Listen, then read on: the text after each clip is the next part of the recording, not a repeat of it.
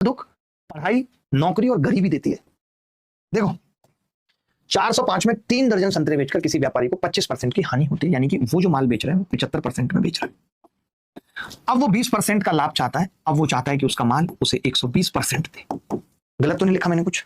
पहले जिस माल से 75% ही मिल रहा है अब वो 120% चाहता है। इसका मतलब हो गया 50, 75, 15, 120। क्या कह सकते हैं?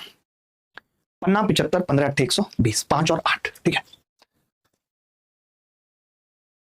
मैं ये कह रहा हूं कि पहले ये यही चीजों को कितने में बेच रहा था, तो आपने कहा पहले जहां 405 रुपए मिल रहे थे, 5 की वैल्यू 405 है, 5 8 40, 5 एकम 5, वहां 8 की कितनी हो जाएगी, 8 एकम 8, 8 8 64, 648।